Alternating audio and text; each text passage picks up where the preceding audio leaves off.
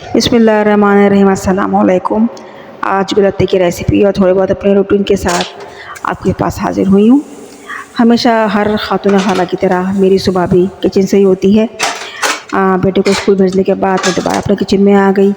सास ने कहा था कि आज फातिहा देनी है गुलत्ती की, तो आज तुम जल्दी गुलत्ती बना लेना। मैं कहा चलो ठीक है। सबसे पहले मैं चावल भिगोए। चावल भिगोने के बाद मैं अपने बर्तन धो रही थी, क्योंकि मुझे किचन साफ़ करना था। एक तरफ चाय भी रख ली थी मैंने, फिर चाय बन जाएगी, फिर गुलत्ती चढ़ाएंगे, इसके बाद नाश्ता बाद में कर लेंगे। तो मैं इसी चक्कर में अपने किचन साफ़ कर रही थी। बर्तन धोए सबसे पहले। बर्तन धोने के बाद मैंने अपने चाय बना के चाय वाय पी। चाय पीने के बाद ताकि एनर्जी थोड़ी सी आ जाए। चाय पीने के बाद मैंने सेरा चावल भिगो दिए थे, क्योंकि सेरा चावल टाइम टेकिंग चावल है, ज़रा टाइम लेते हैं। तो जब मैं कहा चलो जब तक चावल भीगेंगे मैं अपना काम निपटा लूँगी। काम निपटाने के बाद मैंने सारा किचन साफ़ किया। किचन साफ़ करने के बाद बारी आ गई, मैंने कहा चलो पहले सेरा चावल की गुलत्ती चढ़ा लूँ। तो बर्तन से धोने के फारिग होने के बाद चावल भी भीग गए थे, तकरीबन ऑलमोस्ट 2 घंटे हो गए थे मेरे इन कामों में होते होते। फिर मैंने जो है चावल भिगो के उबाल भी लिए थे, वो मैं आपसे शेयर करना भूल गई। जब मेरे 85% चावल सेरा रह गए, तो मैं 1 किलो की बना रही थी। तो ये फिर मैंने पतीली में ऑयल लेकर इसमें मैंने 3 लौंगे और 3 हरी इलायचियों का दाग दिया था। दाग देने के बाद मैंने चावल की पहली लेयर बिछाई। पहली लेयर बिछाने के बाद मैंने ये शक्कर डाली, क्योंकि अगर मेरे हिसाब से जो मैं करती हूँ, मेरे घर वालों को मीठा ज़्यादा पसंद है, तो मैं 1 किलो चावल में 3 पाव से थोड़ी ज़्यादा शक्कर ही लेती हूँ। अब आप पे डिपेंड करता है कि आप कैसी लें। ये जनाब वाली पहले मैंने आधे किलो चावल नीचे बिछाए थे, बीच में शक्कर डाली थी, और फिर अब मैं दोबारा से चावलों की एक लेयर लगाऊंगी, तो चावल और दोनों चावलों के बीच में शक्कर पीछे बैठ जाएगी। ये लीजिए, मैंने बाकी चावल भी पतीली में डाल दिए और अब इनको बैलेंस कर लूँगी। बैलेंस करने के बाद मुश्किल से 5 मिनट बाद जब शक्कर थोड़ी सी गीली गीली हो जाएगी, तो मैं चावलों को आपस में हल्का सा मिक्स कर दिया, ताकि शक्कर को गलने में और चावलों में मिक्सअप होने में आसानी रहे। अब मैंने फूड कलर डालना शुरू किया। पहले मैं थोड़ा सा ग्रीन कलर डाला।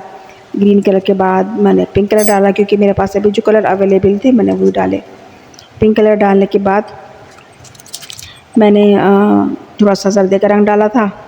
बीच में इतनी डिस्टर्बेंस हो रही थी, कभी कचरे वाले भाई आ रहे थे कचरा लेने, कभी काम वाली आ गई, कभी किसी को चाय देना, कभी किसी को नाश्ता। तो मैं प्रॉपरली आपसे के साथ ये वीडियो नहीं बना पाई, लेकिन जो था मैं आपके बना रही हूँ। शेयर कीजिए, हौसला अफजाई करने के लिए मुझे सब्सक्राइब और लाइक ज़रूर कीजिए। तो ये मैंने ऊपर से बादाम, पिस्ता, किशमिश और नारियल डाल दिया, और इनको अब दम लगाने रख दूँगी तकरीबन 20 से 25 मिनट का। पहले थोड़ी सी तेज़ आंच पे और उसके बाद फिर मध्यम आंच पे। मेरे ये गुलत्ती तकरीबन 25 मिनट में इसके मैंने बघार दिया था। और मैंने इसमें क्या किया था कि जो मैंने छोटे रसगुल्ले मंगवाए थे मैं वो भी डालना भूल गई थी, वो मुझे आखिर में डालने पड़े। तो ये मेरी गुलत्ती तकरीबन तैयार हो गई थी। ये है इसकी फ़ाइनल शक्ल। और जो है, अगर पसंद आए, बहुत सिंपल सी रेसिपी है, तो लाइक ज़रूर कीजिएगा। इसमें कोई रॉकेट साइंस नहीं होती है, बस चावलों को संभालना असल हुनर होता है। अगर आपको चावल संभालना आ गया तो समझे आप चावलों में बिल्कुल पास हैं। तो मैंने वो जो गुलाब जामुन थी, छोटे वाले रसगुल्ले, वो मैंने बाद में ऐड किए थे, क्योंकि मैं भूल गई थी। अब वो मुझे शदीद तरीन भूख लग रही थी और घर वालों को भी नाश्ता बनाना था, हस्बैंड को जाना था। तो फिर मैंने अब जल्दी जल्दी अपने आटा तो मैंने पहले ही गूँध लिया था बर्तन धोने के बाद। जल्दी जल्दी मैंने पराठे बनाना शुरू किए, क्योंकि टाइम 10 बजे से ऊपर हो गए थे। क्योंकि मैं सुबह सुबह अपना सारे काम निपटा लेती हूँ। मैं बच्चे के जाने के बाद सोती आराम नहीं करती हूँ, क्योंकि अपने काम निपटा लेती हूँ, ताकि टाइम मैनेजमेंट से अगर इंसान चले तो काफ़ी अच्छा रहता है, हर चीज़ वक्त पे हो जाती है। तो इसी वजह से फिर मैं नाश्ता बना रही थी। तो पराठा देखो कर लिया था। इसके बाद अब ये पराठों की लेयर करके इस तरीके से जल्दी जल्दी बना रही थी, क्योंकि उनको जाना था। और हमारी काम वाली मासी भी आ गई थी, तो वो भी बाजी बाजी करके मुझे डिस्टर्ब कर रही थी। मैं कहा आप जल्दी से पहले नाश्ता कर लूँ, क्योंकि अब हिम्मत जवाब दे गई थी, पेट में चूहे दौड़ रहे थे। तो मैंने जल्दी जल्दी पराठे बनाए।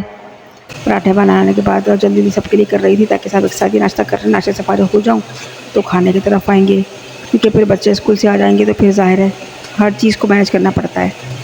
तो बस यूँ ही जल्दी जल्दी पराठे बना रही थी। नाश्ते का टाइम भी हो चुका था, क्योंकि आज गुलत्ती बनाने में थोड़ा टाइम लग गया था, 10 बज गए थे।